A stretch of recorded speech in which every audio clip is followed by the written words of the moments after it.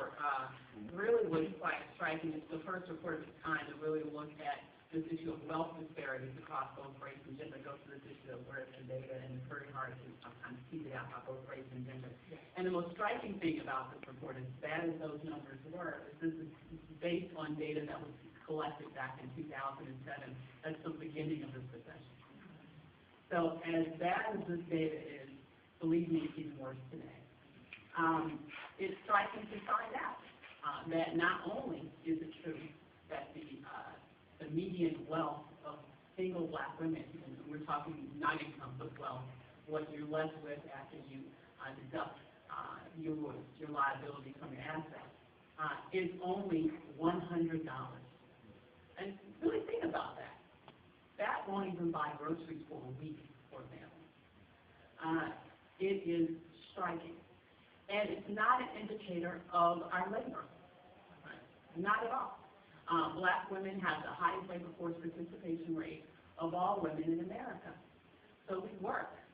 We work very hard. The issue is that we do not get paid what we work. And that's true across education levels. And it has huge impact on our ability to be able to divert income into wealth-producing vehicles. If you are just earning enough to get by, and you're working in a low-wage job, for example, that does not have employer-provided pension plans or 401ks or anything like that, it becomes very difficult to put something aside for yourself. Also, even if you're part of that, relatively speaking, privileged class, really we're just in the first or second generation of middle-class status, largely in America, for African Americans, generally speaking, male or female. But the wealth, even among black middle-class families, is so minute in comparison to white families. A lot of that has to do with intergenerational transfers of wealth that was discussed before. But it also, and it has to do with the fact that, largely speaking, oftentimes this first generation of middle-class status also means that you have responsibilities to others who don't live in your household, right? So you might be helping grandma, you might be helping your sisters, your brothers, your aunties, your uncles.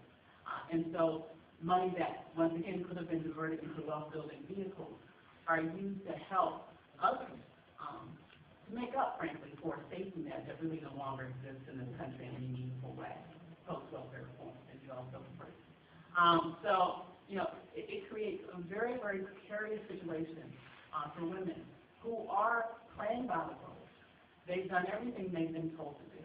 They've gone to college, we enrolled in college at higher rates than our men, yet we still make less than they do at every level of income. It's not a competitive thing, it's just the truth. That's true for all women.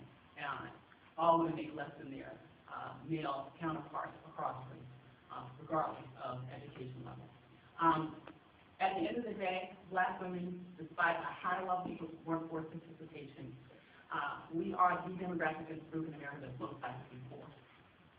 We are just not paid what we don't work. And so what can we do? I guess the good question is, what can we do to overcome, obviously, persistent discrimination in the labor market, which has led to a couple of things. Subsegregation in the labor market, where black women tend to be clustered into very low-wage occupations that are very fragile. They don't have most of the benefits that many of us take for granted. Thank God we had health insurance reform passed, because now more of us might be covered with health insurance. But many of us don't have even one day of paid sick leave. So can you imagine being stuck in a situation as a mother where your child is sick and you have to make a decision about whether or not you're going to lose a day's pay, or perhaps even risk your job to be a responsible mother, or whether you're going to go into work. And that's a real situation that many women are dealing with every day. So these are all things that impact the issue of one's ability to amass wealth. And unfortunately, when you are starting out at the bottom of the total in terms of earning power, it becomes that much more difficult for you to be able to do what you would need to do to be able to set aside a little something for a rainy day.